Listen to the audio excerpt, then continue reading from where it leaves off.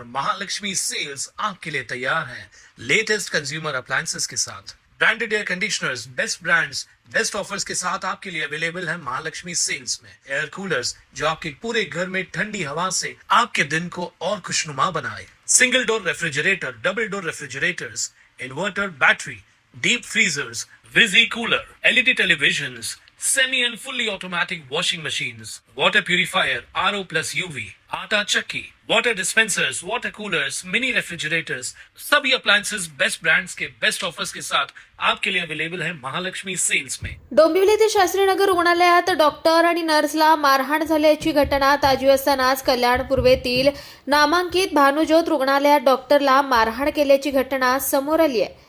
रुग्णासोबत आलेल्या नातेवाईकांनी डॉक्टरच्या केबिनमध्ये घुसून डॉक्टर योगेंद्र जयस्वाल यांच्याशी मारहाण केल्याचा आरोप आहे।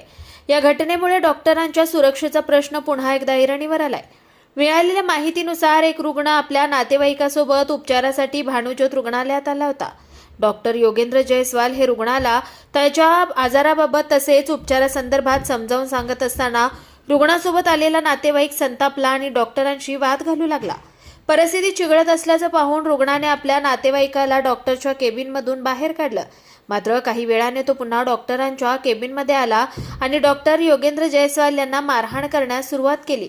या प्रकरणी कोळसेवाडी पोलिसांनी गुन्हा दाखल केला असून पुढील तपास सुरू आहे।